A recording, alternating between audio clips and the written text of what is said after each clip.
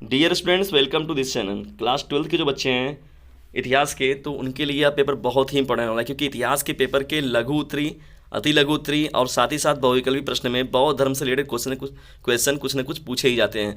और साथ ही साथ आप यदि किसी भी कॉलेज यूनिवर्सिटी के इंट्रेंस एग्जाम में बैठेंगे तो वहाँ पर भी बौद्ध धर्म से रिलेटेड कुछ न कुछ क्वेश्चन बनता है। और साथ ही साथ कम्पिटेटिव एग्जाम के लिए भी यह वीडियो बहुत ही इंपॉर्टेंट होने वाला है, तो वीडियो को अंत तक जरूर देखें। बौद्ध धर्म के बारे में बात किया जाता है तो बौद्ध धर्म के संस्थापक के रूप में हम लोग गौतम बुद्ध जी को याद करते हैं, जिनका कि नाम सिद्धार्थ था और उन्हें महात्मा बुद्ध जी के नाम से हम लोग जानते हैं। तो गौतम बुद्ध यानी इस बौद्ध धर्म के संस्थापक कौन है? गौतम बुद्ध। इनका जन्म जो हुआ था 563 ईसा पूर्व में हुआ था और इनका जो जन्म स्थान है कपिलवस्तु लुम्बिनी में, जो कि अब कहाँ पर है? नेपाल में है। और इनका जो जन्म हुआ था शाक के क्षत्रिय परिवार में हुआ था। इनके पिताजी का नाम जो था राजा सुद्धोधन था और माता का नाम क्या था? माया देवी था। सौतेली माँ इनकी एक थी जिनका नाम क्या था? प्रजापति गौतमी, क्योंकि इनके जन्म के 7 दिन बाद इनकी माता का मृत्यु हो गया माया देवी जी का। तो इनकी जो मौसी थी प्रजापति गौतमी के साथ फिर बाद में राजा सुद्धोधन जी का विवाह हुआ, तो इनकी सौतेली माँ कौन थी? प्रजापति गौतमी थी। और इनकी जो पत्नी थी, महात्मा बुद्ध जी की जो पत्नी थी, उनका नाम यशोधरा था। यानी सिद्धार्थ जी का विवाह यशोधरा जी के साथ हुआ था, जिससे कि एक उत्पन्न पुत्र हुआ था जिसका नाम क्या था? राहुल। तो राहुल जो था वो महात्मा बुद्ध यानी गौतम बुद्ध जी का पुत्र का नाम क्या है? राहुल है। सिद्धार्थ जी के पुत्र का नाम राहुल। तो गौतम बुद्ध, सिद्धार्थ, महात्मा बुद्ध, ये तीनों के तीनों अगर बात आती है तो तीनों लोगों का नाम संस्थापक के रूप में बौद्ध धर्म के हम लोग याद करते हैं। प्रश्नों की श्रृंखला में आगे बढ़ते हैं हम लोग स्टूडेंट्स। गौतम बुद्ध जी के गुरु के बारे में अगर बात किया जाए तो अलार कलाम और रुद्रक राम पुत्र जो थे मुख्य रूप से इनके गुरुओं में शामिल हैं। 29 वर्ष की आयु में इन्होंने गृह का त्याग कर दिया था। यानी गृह त्याग कब किया था? 29 वर्ष की आयु में सिद्धार्थ जी ने क्या किया? गृह का त्याग कर दिया। 35 वर्ष में ज्ञान की प्राप्ति हुई, यानी महात्मा बुद्ध जी को यानी महात्मा की उपाधि दिया गया, महात्मा बुद्ध बन गया, उन्हें ज्ञान की प्राप्ति हुई। 35 वर्ष की आयु में ज्ञान की प्राप्ति हुई। और ये जो ज्ञान की प्राप्ति हुई थी पीपल के वृक्ष के पास हुआ था, जिसे हम सभी लोग बोधि वृक्ष के नाम से भी जानते हैं। यानी पीपल वृक्ष के पास और बोधि वृक्ष के नाम से भी जाना जाता है। और यह स्थान जो है बोधगया में है। बोधगया कहाँ पड़ता है? बिहार में। और ये जो बोधगया का जो एक नदी है निरंजना नदी, तो उस निरंजना नदी किनारे जो पीपल वृक्ष था वहाँ पर इनको क्या हुआ था? ज्ञान की प्राप्ति हुआ था। कब हुआ था? 35 वर्ष की आयु में। डियर स्टूडेंट्स, जो महात्मा बुद्ध जी थे तो उन्होंने पहला जो अपना उपदेश दिया हुआ था, तो उन्होंने पहला उपदेश जो दिया था सारनाथ में दिया था। सारनाथ वाराणसी, यानी वाराणसी में जो एक प्लेस है सारनाथ, वहाँ पर इन्होंने पहला अपना उपदेश दिया था। और ज़्यादा जो उपदेश इन्होंने दिया है वो श्रावस्ती में दिया हुआ है। और उनकी जो ये उपदेश देते थे, इनकी जो भाषा थी वो पाली और प्राकृत थी, मतलब पाली और प्राकृत भाषा में यह उपदेश देते थे। ये जो अंतिम उपदेश इन्होंने दिया था वो कहाँ पर दिया हुआ था? कुशीनगर में। और कुशीनगर में इनकी बाद में मृत्यु भी हुई थी। तो यहाँ पर कहा गया मृत्यु जो हुआ था 483 ईस्वी पूर्व में हुआ था। और इनका जो मृत्यु हुआ था 80 वर्ष की आयु में हुआ था। और इन्हें जहर दिया गया था, जहर के द्वारा इनकी मृत्यु हुई थी विष देकर। विष किसने दिया था? एक मल्लो नाम की औरत थी, उन्होंने ही इनको विष दिया था। तो मल्लो नाम की एक औरत के द्वारा विष के द्वारा इनकी मृत्यु हुई थी। कब हुई थी? 483 ईसा पूर्व में। डियर स्टूडेंट्स, यदि वीडियो पर आप नए हैं तो इसे सब्सक्राइब जरूर कर लें, और यदि वीडियो आपको पसंद है तो इसे लाइक करें और शेयर भी जरूर करते रहें। बौद्ध धर्म के सिद्धांत के बारे में अगर पूछा जाए तो बौद्ध धर्म के सिद्धांत क्या है या बौद्ध धर्म क्या बताना चाहता है, तो बौद्ध धर्म के प्रमुख सिद्धांत जो हैं वो हैं, पहली बात आती है कि हिंसा मत करो। दूसरी बात आती है कि दूसरों की संपत्ति मत रखो। तीसरी बात आती है नशीले पदार्थों का सेवन मत करो। चौथी बात आती है झूठ मत बोलो। पांचवी बात आती है यौन दुराचार और व्यभिचार में शामिल मत हो। बौद्ध धर्म के सिद्धांत में यह भी बात की गई थी कि यदि दुख है तो उसका कारण है, दुख है अगर कोई तो उसका कारण है, और कारण है तो उसका क्या है? निवारण भी है। तो ये बहुत बड़ा फैक्ट है, यानी दुख है तो उसका कारण है, कारण है तो उसका निवारण भी है। तो बौद्ध धर्म इस पर अपना यानी इस सिद्धांत पर वह अपना कार्य करता है। स्टूडेंट्स, इतिहास की महत्वपूर्ण श्रृंखला को पाने के लिए आप डिस्क्रिप्शन बॉक्स में जा सकते हैं, वहाँ पर आप मैंने इंपॉर्टेंट वीडियोज़ का लिंक दे रखा है, आप उन प्रश्नों को जरूर देखें।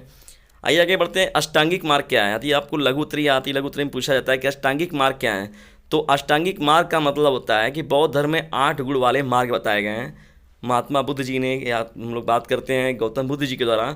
तो अष्टांगिक मार्ग वो कौन कौन से हैं? तो पहली बात आती है सही अवलोकन, यानी बौद्ध धर्म कहता है अष्टांगिक मार्ग में पहला पॉइंट जो है सही अवलोकन। दूसरी बात आती है सही निर्धारण। तीसरा है सही भाषण। चौथा है सही अमल। पांचवी बात है सही आजीविका। छठवीं बात है सही प्रयास। सातवां है सही जागरूकता और आठवां है सही चिंता। तो इस तरीके से ये अष्टांगिक मार्ग कार्य करता है, यानी ये जो 8 बातें हैं इस प्रकार से, यानी किसी भी चीज़ों का सही अवलोकन करना, सही निर्धारण करना, सही रूप से भाषण करना, तो आजीविका भी सही रूप से, जागरूकता, चिंता, तो ये बात आती है जो 8 पॉइंट। तो ये अष्टांगिक मार्ग बताए गए हैं किसमें? बौद्ध धर्म में 8 गुण वाले मार्ग को हम लोग अष्टांगिक मार्ग कहते हैं। आगे बढ़ते हैं हम लोग। तो ये त्रिरत्न क्या होता है? जैसे कहा गया बौद्ध धर्म में अति लोगों ने पूछा त्रिरत्न क्या है, तो बुद्ध, धम्म और संघ को हम लोग क्या बोलते हैं? त्रिरत्न बोलते हैं। बौद्ध धर्म ग्रंथ यानी बौद्ध धर्म की बातें जितनी भी लिखी गई है, तो बौद्ध धर्म का जो ग्रंथ है उसका नाम क्या है? त्रिपिटक है। तो त्रिपिटक जो है बौद्ध धर्म ग्रंथ का नाम है। बहुत ही मोस्ट इंपॉर्टेंट प्रश्न है। प्रतीक चिन्ह भी देखिए आपको बहुत ही इंपॉर्टेंट रहता है, याद रखना रहता है। तो जन्म की बात अगर होती है तो कमल एवं साड़ जो प्रतीक चिन्ह है वो जन्म के बारे में बात करता है। जो घोड़ा है जिसे हम लोग महाविनिष्क्रमण भी कहते हैं, या गृह त्याग को बताता है। यानी जब गौतम बुद्ध जी ने गृह त्याग किया तो यहाँ पर ये गृह त्याग की बात होती है। ज्ञान की प्राप्ति, ज्ञान की प्राप्ति जो होता है, पहिया जो बनाया गया, चक्र बनाया गया, धर्म चक्र परिवर्तन ज्ञान की प्राप्ति का वो प्रतीक चिन्ह है। स्तूप, स्तूप किसका है? मृत्यु, यानी मृत्यु का जो प्रतीक चिन्ह है वो स्तूप है, जिसे हम लोग महापरिनिर्वाण भी कहते हैं। तो ये जो है आपके अति लघु में या आपके कम्पिटिटिव एग्जाम के लिए बहुत ही इंपॉर्टेंट ये प्रश्नों की श्रृंखला है। डियर स्टूडेंट्स, अगर बात किया जाए कि बौद्ध धर्म के कितने भाग हैं, तो बौद्ध धर्म को मुख्यतः हम लोग दो भागों में बांटते हैं, जिसमें हीनयान और महायान की बात होती है। बौद्ध धर्म को संरक्षण भी प्रदान करने में कुछ बौद्ध संगीतियों का बहुत बड़ा योगदान रहा है, जिसमें कि 4 बौद्ध संगीतियाँ हुई है। ये बहुत ही मोस्ट इंपॉर्टेंट प्रश्न है कि कितनी बौद्ध संगीतियाँ हुई हैं अब तक। तो बौद्ध संगीति कितनी हुई है? 4 बौद्ध संगीतियाँ अब तक की गई हैं। चलिए आइए उन बौद्ध संगीतियों को देखते हैं। बौद्ध संगीतियों हम लोग आगे बढ़ते हैं। प्रथम बौद्ध संगीति, द्वितीय बौद्ध संगीति, तृतीय और चतुर्थ। आप देख रहे हैं यहाँ पर कि मैंने पहले ही बताया था कि संस्थापक के रूप में गौतम बुद्ध जी को हम लोग याद करते हैं, जिनका कि नाम क्या था? सिद्धार्थ था। तो प्रथम बौद्ध संगीति की बात अगर करते हैं हम लोग, तो ये जो समय किया गया 483 ईसा पूर्व में प्रथम बौद्ध संगीति हुई थी। और ये जो हुआ था इसके अध्यक्ष कौन थे? महाकश्यप। यानी प्रथम बौद्ध संगीति के जो अध्यक्ष बनाए गए थे वो कौन थे? महाकश्यप थे। और किसके शासनकाल में? अजातशत्रु के शासनकाल में। और जो ये स्थान है राजगृह में प्रथम बौद्ध संगीति हुई थी। चलते हैं द्वितीय बौद्ध संगीति की तरफ। तो जो ये द्वितीय बौद्ध संगीति हुई थी, यानी 100 वर्षों के बाद की बात हो रही है, 383 ईसा पूर्व में हुआ। और इस समय अध्यक्ष कौन था? सबाकामी था। और यहाँ पर शासक कौन थे? कालाशोक के शासनकाल में हुआ। और जो ये स्थान था वैशाली, यानी वैशाली में द्वितीय बौद्ध संगीति कराया गया।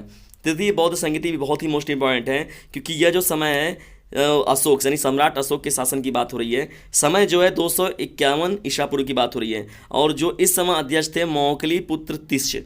तो मौखली पुत्र तिष्य जो थे इसके अध्यक्ष थे तृतीय बौद्ध संगीति के। और ये जो शासक थे सम्राट अशोक के शासनकाल में यह हुआ था। और जो यह स्थान था पाटलिपुत्र में। यानी तृतीय बौद्ध संगीति कहाँ कराई गई थी? पाटलिपुत्र में कराई गई थी, पाटलिपुत्र।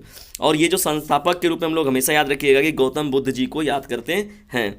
चतुर्थ बौद्ध संगीति की बात किया जाएगा तो ये जो समय है पहली शताब्दी में किया गया था, यानी ईस्वी 1 शताब्दी में चतुर्थ बौद्ध संगीति कराई गई थी। इस समय इसके अध्यक्ष कौन थे? अश्वघोष जी थे। और शासक कौन थे? कनिष्क के शासनकाल में यह हुआ था। और ये हुआ कहाँ पर था? तो इसका जो स्थान है कुंडलन वन में, यानी कुंडलन वन में जो था ये चतुर्थ बौद्ध संगीति का आयोजन किया गया था। तो टोटल बौद्ध संगीतियाँ कितनी कराई गई हैं? 4 बौद्ध संगीतियाँ कराई गई। तो ये जो महान शासक हुए थे इनके शासनकाल में बौद्ध धर्म को बड़े पैमाने पर संरक्षण भी मिला हुआ था। और बौद्ध धर्म के संस्थापक के रूप में गौतम बुद्ध जी को, जिनका कि बचपन का नाम क्या था या प्रारंभिक नाम से जिनको हम लोग जानते हैं सिद्धार्थ, इनकी कहानियाँ भी हम लोग बचपन में पढ़ चुके हैं।